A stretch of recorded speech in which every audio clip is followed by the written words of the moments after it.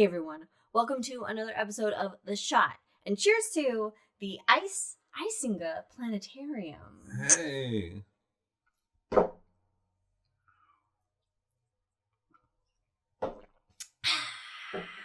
Alright, so, first, maybe thinking, well, what is a planetarium? And that's when you should check out our episode on planetariums, where, in that episode, I bring up the Eisinga Planetarium, and I go, oh, this is a shot topic. I'm going to do a shot on this planetarium. So here we are, the Eisinga Planetarium, and it is the oldest working planetarium in the world. Wow. Now, when you think of a planetarium, okay, we think of the traditional, in a sense, like a room with stars and the universe and shit. It's the universe in a room, basically. You know, it's that's a great way of putting it. Universe in a room. Universe in a room. Yeah. So, and typically people go and they see like a night sky show and the stars are projected on like a domed ceiling, that sort of thing. This planetarium is a little bit different. It's more like it's a mechanical orrery. So okay.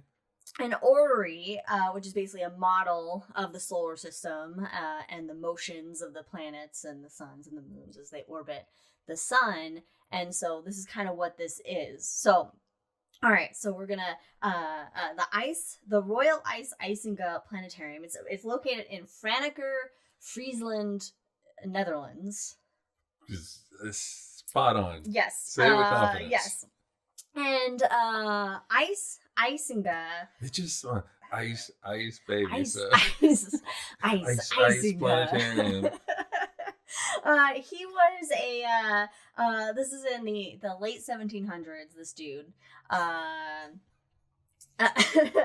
He was a wool carder, which I had to look up what a wool. What's a wool carder? Wait, let me get. Okay. All right, so he has like a cart and he just carries wool from place to place. No, not carter, carder. Oh, carder. Like playing cards. Oh, he cards. Okay. He cards. Sheep. Are you 21? Yes, he cards them to make sure the wool is of age. No, it's a mechanical process that disentangles, cleans, and intermixes fibers to produce a continuous web or sliver for processing. Okay. Wikipedia for that. Yeah. Wool so it basically carder. detangles the wool, kind of, and cleans it. So wouldn't that be the wool detangler? But Anyway, continue. yeah. It's basically that. So, but on the side, he was an amateur astronomer. Hey. All right, dude loved the stars and the sky. So at 17. Well, okay. First of all, this dude was very smart, apparently, but he didn't go to school. Okay. And at 17, he wrote a book on mathematics and one on the principles of astronomy. So, smart dude. Great. Cool. Great. What was I doing at 17? Not that. Me either. He did end up studying at the University of Franeker, but he had to leave Friesland in 1787 due to like political crises that were going on. It was a tumultuous time apparently, but he was able to come back in 1795. So basically, here's how the story of like this comes about. Where this dude, this amateur astronomer, wool carder, who just loves astronomy, and how he decides to basically build his own planetarium.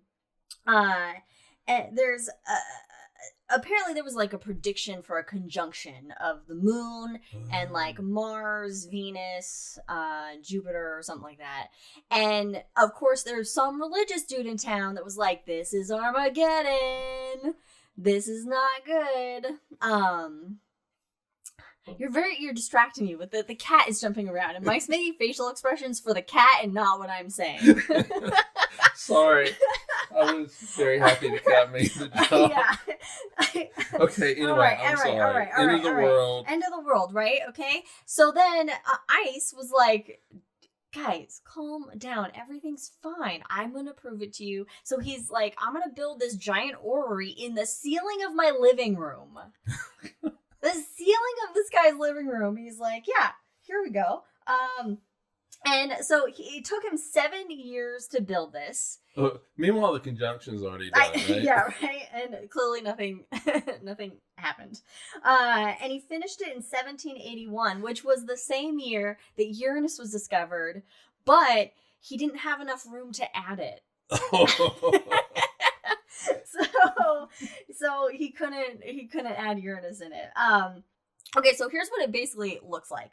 All right, it's built into the roof of his living room ceiling. It's painted royal blue glimmer and outlined in a shiny gold. So it's kind of like the gold is like it has like the months. It's like the orrery rings in it. And then the sun is painted at the center of the ceiling, and Earth is a golden orb that's hanging from a wire. And it runs like a clock. It's pendulum powered with like eight like thingies that make the pendulums go. I don't know. Oh, okay.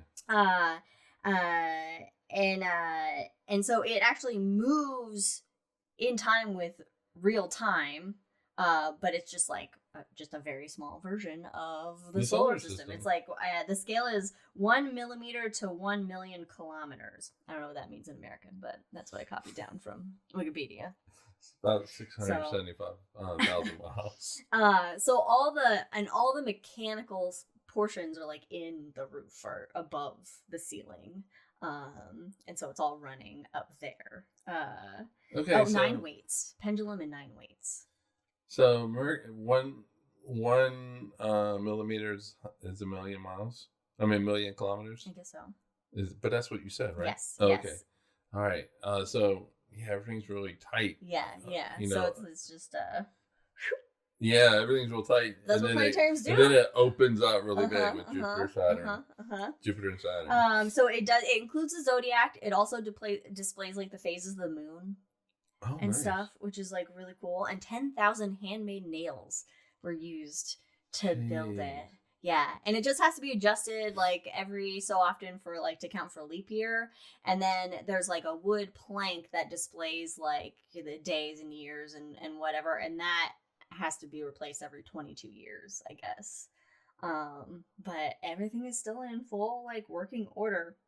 So on June 30th, 1818, William I, Prince of Orange, and the first king of his name, actually the first king of the Netherlands, he was so impressed by this planetarium that he actually purchased the house and made it the Royal Planetarium. Oh, nice. Yeah, and eventually, the Dutch government like gave it back to Franeker, and so today it is a museum.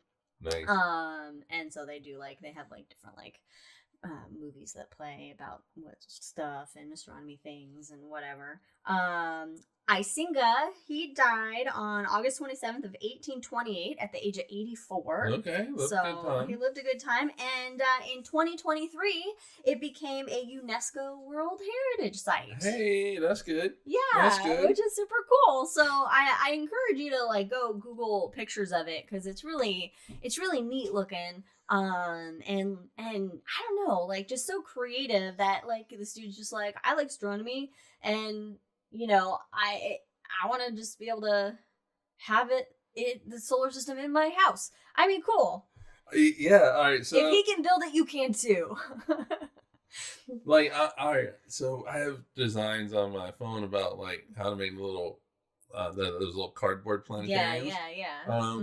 But I'm like, I'm too lazy. I know. And then you got this dude. 7 years constructing this beautifully painted and like just engineering big ass clock in for his ceiling, in the solar system for his ceiling. So and then it helped him predict like the movements of the solar system instead of having to do like painstakingly mathematical observations. So I mean, it's cool what you can do. Just a little ingenuity and perseverance and Mars references, but we're gonna name all the rovers. Can do. So I just thought that was a neat story to share. So you got the opportunity and the spirit. So if you're ever in wherever this place is, Netherlands. the Netherlands, Franeker, Friesland, Netherlands. I mean, go check out the Royal Eisinga Planetarium, and that'd be really cool. I'm gonna go. All right. Anyway, cool. Thanks for joining us on this episode of The Shot. Follow us on all the things at Drinking Cosmos on Twitter and Cosmos with Cosmos everywhere else. And we'll see you next time. Cheers. Bye.